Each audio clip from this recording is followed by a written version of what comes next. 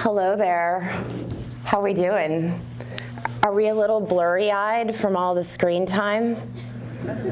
A little disconnected maybe from our bodies? Who feels connected to their body right now? Who's thinking about if they're going to win the competition? Yeah. I'm thinking about who's going to win the competition. So what I'd like to do before I get into the meat of things with you guys is actually just invite you to close your eyes.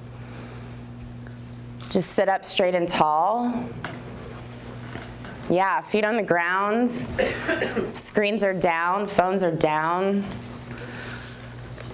And you're gonna just start to take some deep breaths in and out of your nose. And as you inhale through your nose, you're gonna breathe deep into the low lungs, so your belly's actually gonna push out a little bit like a bellows.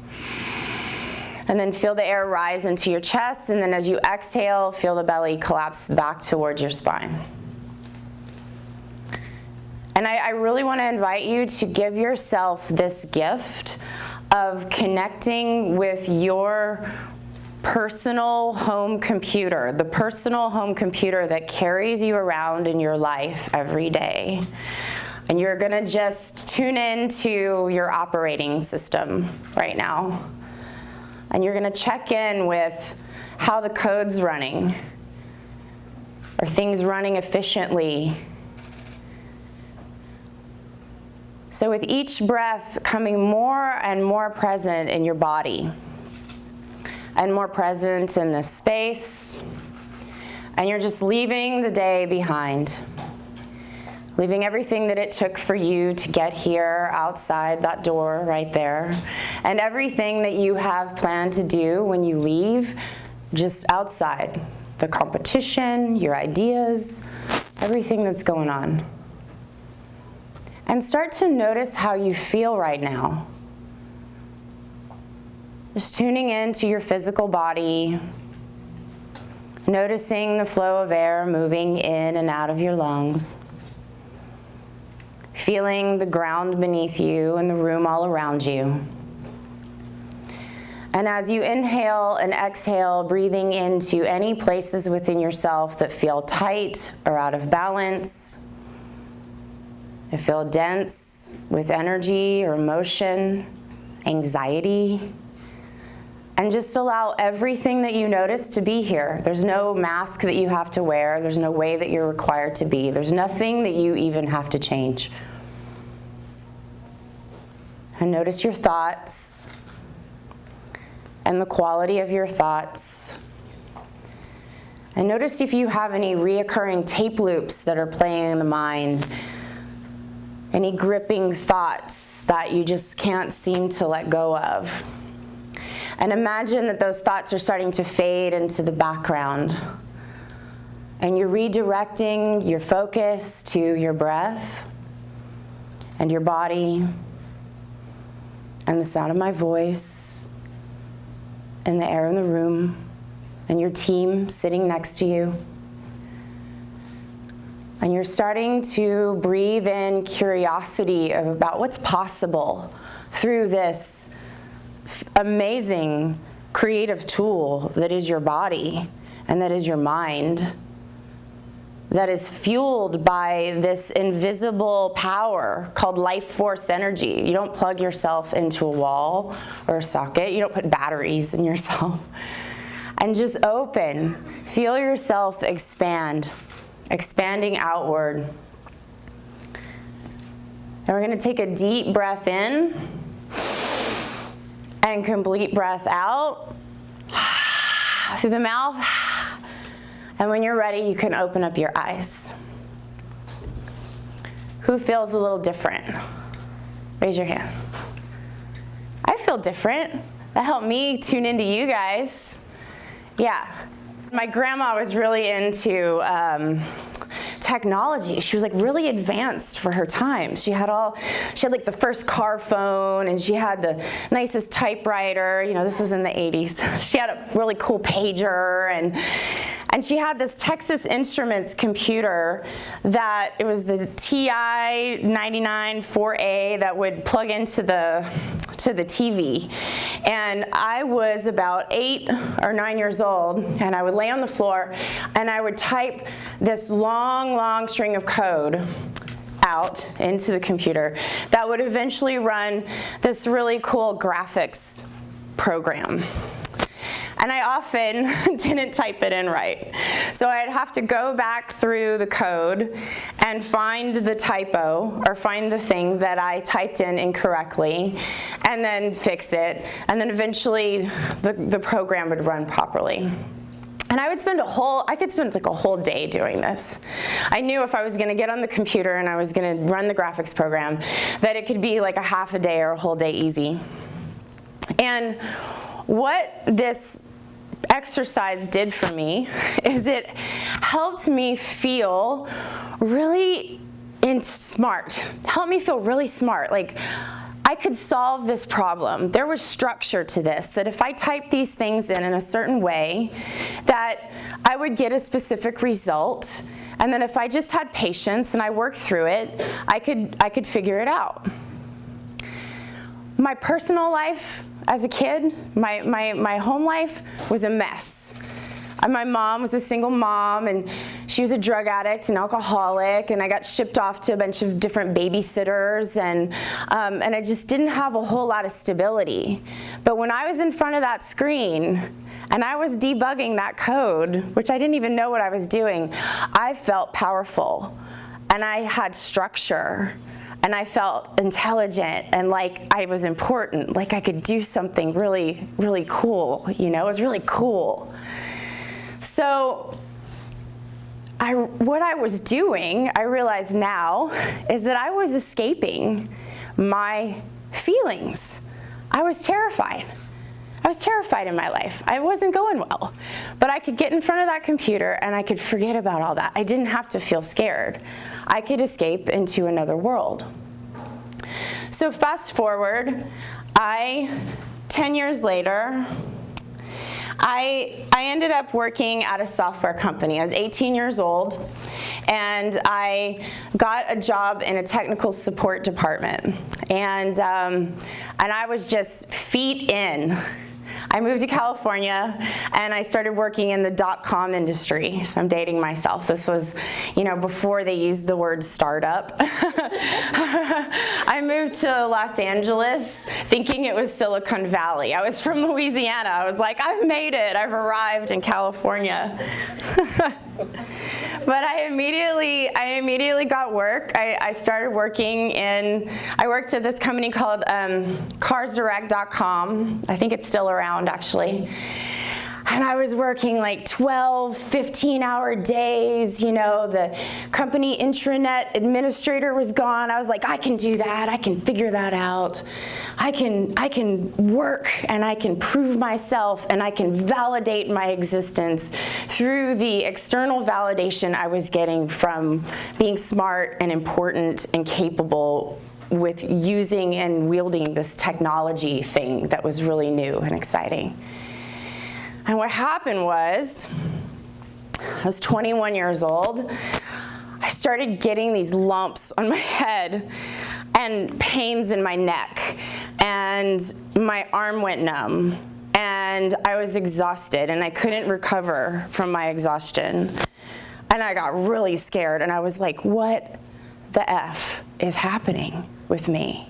I got misdiagnosed like 3 times at the doctor because I was too young to have any issues that were created by the immune system problems. There must have been something really wrong with me. But at the end, I didn't have anything majorly wrong with my immune system. I was just burned out. I was spinning and trying to feel important and creative and innovative and be seen and be heard. And I was one of the only women in the engineering department. At that time, a woman and a tech team in an engineering department was very rare. And I really just needed to prove myself. So So I burned out pretty hard, and it was the first time I realized the effects of excess screen time and like addiction to external validation that I was getting from my work environment. Like, some of it was good. I was feeling good about myself because of the way that other people were seeing me and seeing me as smart and capable as this young woman in the tech industry at that time. It took me a while. It took me a few more years to get a clue, a few more ups and downs and crashes and burns, and there was a lot of drugs and alcohol in the background, trying to just feel better, and hadn't dealt with any of my issues that came from the way that I was raised, coming from a broken home and coming from addicted parents. I was just full on. I was gonna be a businesswoman. I was gonna own my own company. I was gonna be successful in this new cutting edge tech world. I was into it. And one day, after several crying fits and freakouts, my roommate was like, "Hey, I think you should come to this yoga class. It's really awesome. Why don't you come check it out?" I was like, "I'll do anything. I'll just take me, sure, yeah, whatever." And that's when I found Kundalini yoga and meditation. And Kundalini yoga and meditation isn't the kind of yoga that you go to the gym and you have to be super flexible and it's all about the workout. Kundalini yoga and meditation is a technology for unlocking the latent potential that lives within you, for unlocking the creative power, the Kundalini Shakti, which is the Shakti power, which is the latent creative life force that lives within all of us. So waking that up and bringing it up through the body and out into the aura as a way to heal yourself, as a way to regulate all of your systems, as a way to be more masterful in your life. That was a long time ago, so I was 23, I'm 40 now, and I've been practicing this, and I'm here teaching this to you because I believe in the power of finding something, doesn't have to be Kundalini yoga, that gives you an experience of your pure potential and power. That full access of your design, the computer that you use to design things in the world. Because at the end of the day, if your computer has some bad code running and it's running at full steam and it's packed in the bag and it's you're not going to be okay. You can get away with it now. But as your body changes and you get older, yeah, see, ladies, yeah. Things change. So what we want to do is we want to be working at optimal speed so we can feel really good and we can be really engaged in our lives, not just with our technology, not just using our technology as a way to get validation from the outside of us and to feel powerful. So I'm so excited to talk to you guys about this because you're at a very crucial time in your life where you get to make choices that are going to affect your well-being as you go into your career and you get jobs in these companies. And so if you can just take a little piece of something from this talk that inspires you to take better care of your body as your computer, then I'll feel like I've done a good job today. I'll feel like I've done a really good job. So Kundalini yoga meditation was brought to the West by a man named Yogi Bhajan.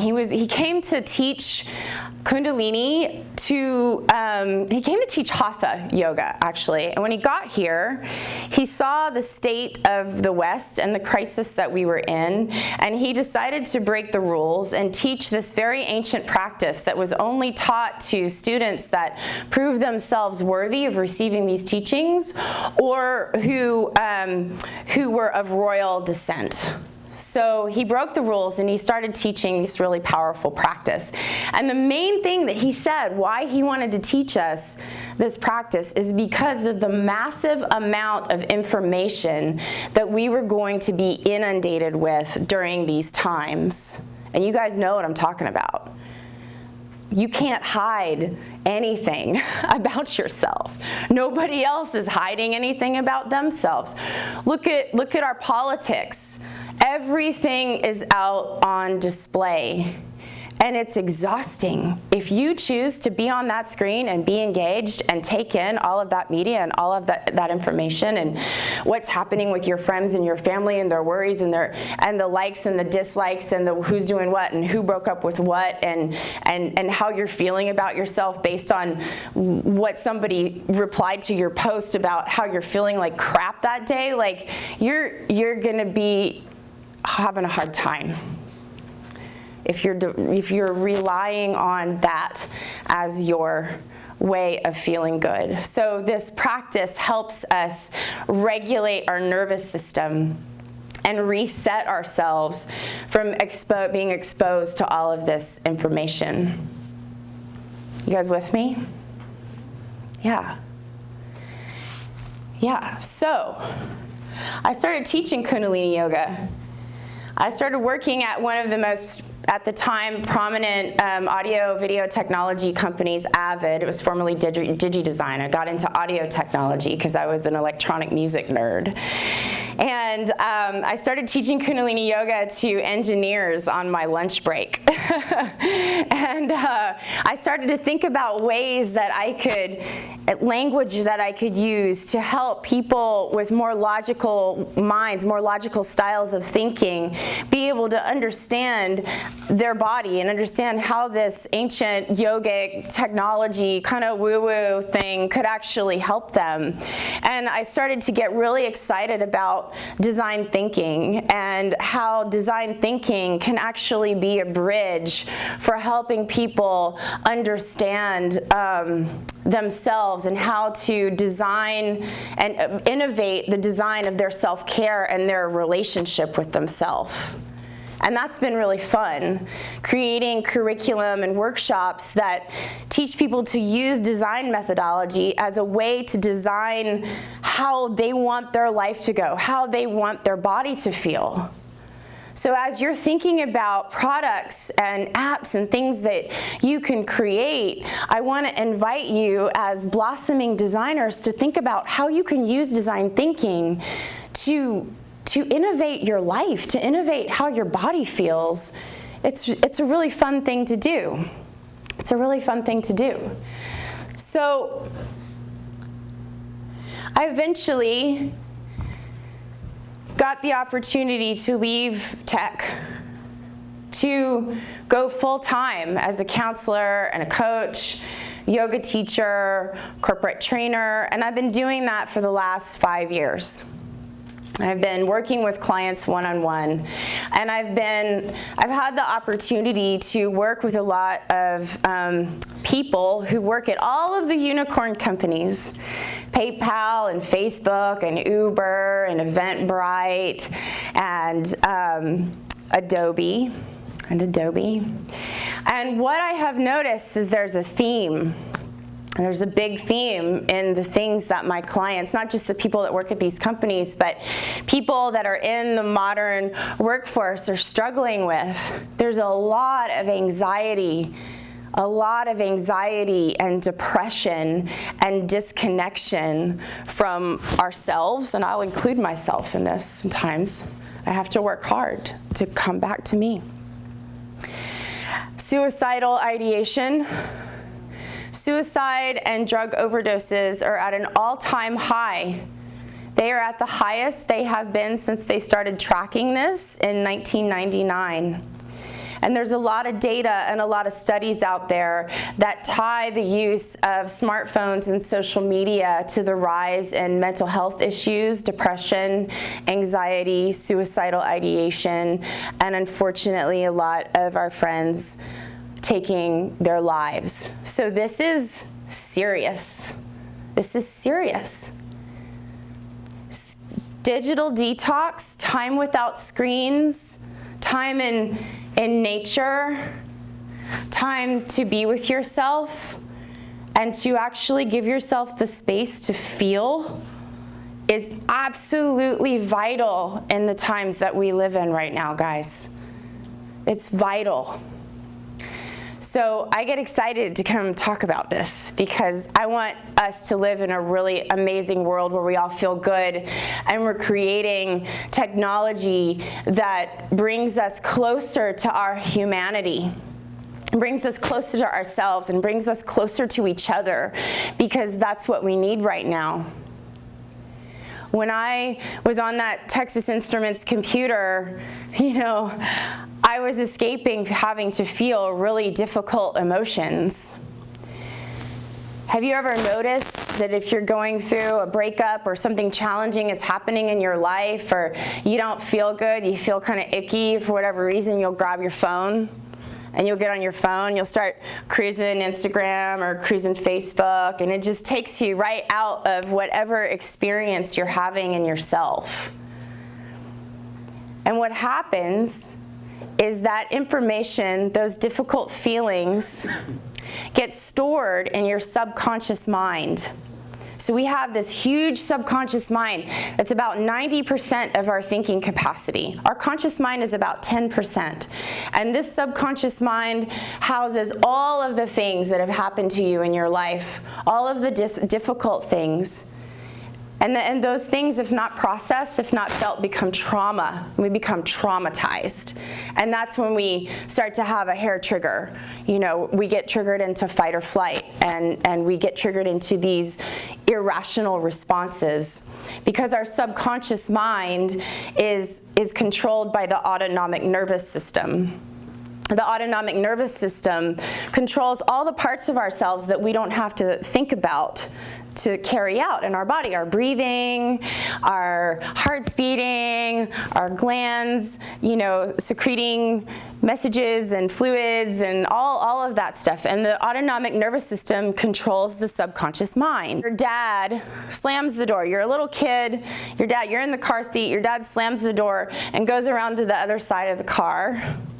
Your autonomic nervous system doesn't know that your dad's just going around the other side of the car. Bam, you can have a recording in your subconscious that's like abandonment, trauma, because our nervous system isn't intelligent enough to be able to discern. Our nervous system is trying to keep us safe. So then you get older, and you're in a meeting, and your manager has to take a call really fast and runs out of the room. Suddenly you're triggered into this irrational response, like you've just been abandoned by your father. This happens all the time. I know you guys know what I mean, because you're human. We have these irrational responses to things that come from this unprocessed information that's stored in our subconscious, because our body's just trying to keep us safe. You guys with me? It's a lot of information, a short amount of time. So our nervous system is not that different from the nervous system of the animals that live in the jungle. The difference between us and the animals in the jungle is that we have a very intelligent frontal cortex of the brain. So if a zebra gets spiked into a flight, into fight or flight because the lion is coming after the zebra, and then the lion all of a sudden goes after another zebra, and the zebra is safe, the zebra is going to be full of cortisol and adrenaline and chemicals, because the body is preparing that zebra to get the heck out of the way. But the lion went after another zebra, but the zebra's like, have you guys ever been like that? I've been like that. I have like a meeting, or my mom's calling or something, I'm like, And then when I get on the phone, get on Facebook, what's Melanie doing today? Oh, let me, just, right? You guys know. So, the zebra is not on Instagram. The zebra's in the den, and the zebra's shaking. Like I had you guys shake. The zebra's shaking, and the zebra's feeling, and the zebra's breathing, and the zebra is resetting its nervous system. It's taking its nervous system from a sympathetic response, which is the fight or flight, back to a parasympathetic response. And then the zebra's cool. I don't know if you guys ever seen animals that have been scared by something. They're done in like a minute. I have a Labradoodle. He gets freaked out by something. He's like fine. He's, you know, they reset themselves really fast. So, digital detox. The reason why we need to give ourselves some space from checking out what our friends are doing on social media and overachieving, overworking, spending time focusing on external validation, overthinking, over-strategizing, over-planning, drugs, alcohol, gambling, video games, sex, drugs, rock and roll, all of these things, is because we need to go into our den and we need to shake and breathe and feel all of the things that we haven't given ourselves a chance to feel so we can heal ourselves. Healing just means coming back into wholeness. You guys with me on this? You know what I'm talking about? You do. I know you do. I know you do. You might not want to know that you do, but you know that you do. So we want to give ourselves the space to feel things. We want to give ourselves the space to breathe. We want to educate ourselves on our body and our biology and how our nervous system works and how our immune system works and how we can run at optimal speed, how we can consistently update our operating system and our software so we can be the amazingness that we are here to be, because we're not here to be sick and suicidal and sad and down on ourselves and depressed. That's not who we are. But we have to choose at this very vital time. We have to choose, because it's a choice. You can choose either way, to start to balance our humanity with our technology, balancing our humanity with our relationship with spirituality. We don't really talk about spirituality much in business or at school. It's kind of a taboo thing. When I think of spirituality, I just think of like that energy, that thing, that animating life force. So we have to have a relationship with that animating life force, and we have to understand how to balance our time with technology and our time with ourselves so we can be masterful humans who are able to really love ourselves and take care of our bodies so we can really love each other and love everyone. And I'm not just talking about like really simple love. I'm talking about big, high vibrational acceptance and love, because this is how we change things right now. We can't be mindful if we're not in our body. Mindfulness isn't going to do the trick if we're not in our bodies and if we're not willing to courageously feel and courageously love. So if there's one other thing that you take away from this talk today is the power of your body and the power of love to change the world. Thank you.